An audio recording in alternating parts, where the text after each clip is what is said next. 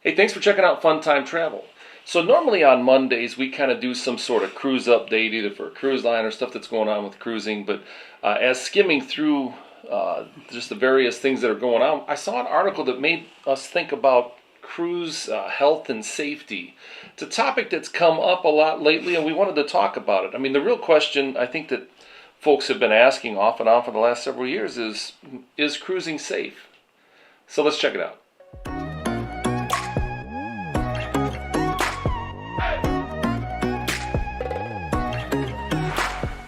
Okay, so it's been nearly 2 years since the restart, actually just over. And about a year since the CDC relaxed the COVID protocols for cruise ships. In fact, I think we were on one of the last cruises before COVID shut down, and we were on one of the first cruises after COVID shut down, and then we were on, I think, the last cruise when the COVID protocols were in place. So we've been dancing around this for a long time. We had a story a couple weeks ago that Australia was finally relaxing their protocols. And then a week ago, there was a story, someone was calling for Carnival to reenact the COVID protocols. So, it just kind of seems like health is at the top of mind right now. Let's start off by saying this is our opinion that cruising is safe. Right. We're not trying to push anything on anybody else, but at least as safe as anything else that you can do outside of your home. Right. We hope by the time, that we're done with the video that you'll agree, but that's your opinion. Come to your own conclusion. Yeah. We love the cruise lines have hand washing stations and hand sanitizer available all over the ship, not just in bathrooms. Yeah. And regular hand washing is recommended to help prevent COVID. It can prevent other health concerns like the cold, the flu, or the norovirus. And in case you don't know, norovirus was really one of the big things prior to COVID that was the main concern for folks. It's a gastrointestinal thing. It's kind of like flu, like the stomach flu, but on a much bigger scale. And it can actually become an outbreak on cruise ships. And that was always a big concern. As a result of norovirus outbreaks in years past, all cruise ships have had to follow the CDC's Vessel Sanitation Program, or what they call VSP for short. That was put in after many, many years ago after outbreaks of norovirus. Yeah. And every cruise ship that sails from a U.S. port must submit, every cruise line I should say, must submit to 2 surprise inspections every year as a part of the VSP. Now these inspections check nearly everything. The medical facilities, the dining rooms, galleys, the children's area, pools and spas, and even water on board. Depending on the size of the ship, anywhere from 2 to 5 inspectors will come aboard and do these inspections. And it can take anywhere from 6 to 8 hours for these inspectors to go through the ship and check out everything. And each ship is scored on a scale from 0 to 100, and the ship must get an 86 or above to pass. Wow, that's high. Like when I was playing basketball in high school, you just had to have a 60 or better, and you could play. So they're playing on a whole different scale. Which, when health and safety is concerned, I guess that's a good idea. Yes, it's a very good idea. They can't go and do extra credit like to get on the court. No. And I wouldn't want them to get a lower score and be okay, because then you're just playing Russian roulette with the rest of us getting sick all the time. Right. Now, on that note, a failure doesn't mean that they're automatically not allowed to sail. If a ship fails an inspection badly enough, it can be given a no-sail recommendation. But, that's not always the case. And then on the other side, depending on the severity of the violation, they may be told to not sail at all, period. Like they get a no-sail order. But the ship, in some cases, might be able to correct a problem right away. Like they go by and they're like, you need to do this. Right. And they can fix it right away. Now, minor infractions, even if they correct them right away, those minor infractions will be noted, and then they'll be re-inspected at a later date. Right. Things that might keep a ship from sailing are stuff like poor chlorination in pools and whirlpools. Wow. I don't know why whirl was so hard, but whatever. Failing to keep food within safe temperatures. Also, inadequate facilities for cleaning and sanitizing food equipment. And an inability to properly dispose of solid or liquid waste. And another big one that could cause a no-sail order would be during like a major disease outbreak. Like, I don't know what that could be. COVID? So part of the reason that we brought this up, it got us thinking about the sanitation program and so on, is because we just found out that NCL had 2 ships get perfect scores on back-to-back days. So yeah, good for you. Makes me more excited to sail on Norwegian, right? I know.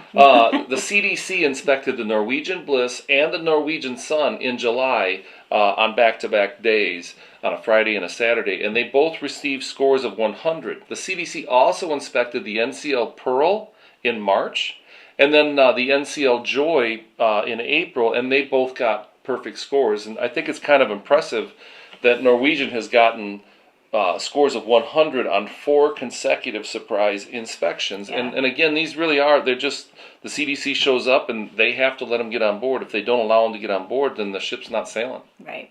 Now, based on our reviews of the inspection results, it seems that the cruise lines are doing a relatively good job on the health front.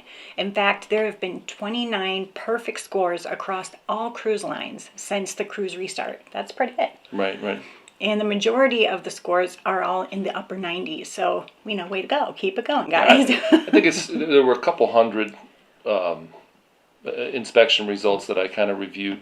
Yeah. And, like we say, most of them were in the upper 90s, and 29 perfect scores out of, say, 200 is, that's pretty good. It is pretty good. Now, we'll put a link to the page of, on the CDC's Vessel Sanitation Program website, where you can search the scores if you're interested in looking, like, maybe at a specific ship that you're going to be cruising on. Yeah. We did the same thing. I checked it out, and the Encore we'll be sailing on in February. I think it got a 98 or something, so I'm happy with that. But maybe they'll get another surprise inspection before then. It'll be 100. Yeah. Hey, thanks for watching our video. We'd really appreciate it if you'd hit that like button, subscribe to our channel, and hit the notification bell so you don't miss any of our future videos. And for more tips and tricks and cruising information, please check us out on our other channel, Sandy Sun Travel. And if you're looking to plan a cruise or any other vacation, head on over to sandysuntravel.com, where we can help you plan your dream vacation. Plus, if you're feeling lucky, you can scroll down the page to a spot where you can enter to win a dream vacation. Okay, so aside from health concerns and things, obviously the follow-on to COVID and so on, the last year or so has kind of highlighted another issue that may be a concern for some. And being out and about and talking about cruising with people, it's something that's come up from time to time. And we're talking about these video clips that we've probably all seen that are floating around the internet of fights on board cruise ships. Now, some people blame, Carnival because they're the quote-unquote Walmart of cruising. Some people, they blame, they say it's because it's short 3- and 4-day cruises, too much drinking, this and that and the other.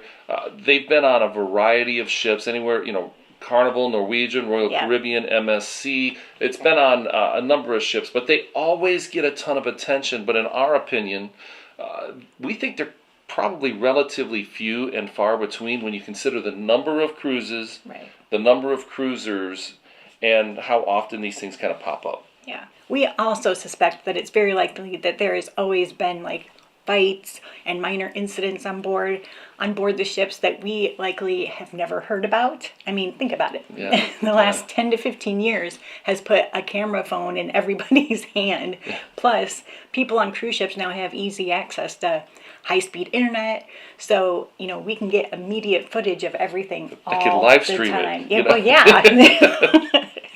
yeah. We'd wager that fights happened on ships long before, any of us had a phone in our hand. Technology aside, videos of people behaving badly has really put a spotlight on the cruise lines, right? Yeah. And the cruise lines have, I think, reacted very well. They've hired more security. They make them much more visible. On our last few cruises, we regularly saw security officers roaming the ship. Mm-hmm. In fact, Carnival has made a big show of, and I don't mean this like they're doing it for show, but I mean they made a big show of the fact that they have drug-sniffing dogs because, there have been some accusations that maybe people sneaking, illicit drugs on board might be attributing to some of the mishaps. But they want to keep contraband off these ships, and most of the cruise lines have made changes to their code of conduct to raise penalties for bad behavior. Carnival has said that they'll charge you $500 if you get into a fight on board, up to even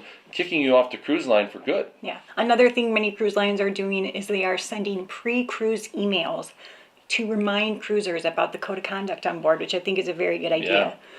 All said, we feel that cruising is safe, and we can't wait to get on our next cruise. We're like counting down the days, And you have to assess your own situation and decide what's best for you. Always pay attention to your surroundings and what's going on, and do what you feel is in your best interest. But we can't wait to see you on board. When it comes to health, watch what's going on around you. When it comes to violence or whatever's going on, my dad always used to tell me, watch your business. Always keep your eyes open, see what's going on wherever you're at. And that includes, we didn't even comment on this, but the ports, for the most part, as long as you're in common, public areas, you're not going down an alleyway or something, I think almost all of these ports are relatively safe. Now, there's some, you got to use good judgment where you're not going to go out in, some ports. Some ports you can only do like the just do the excursions through the cruise line or whatever. Be wise. Have you seen bad behavior on a ship?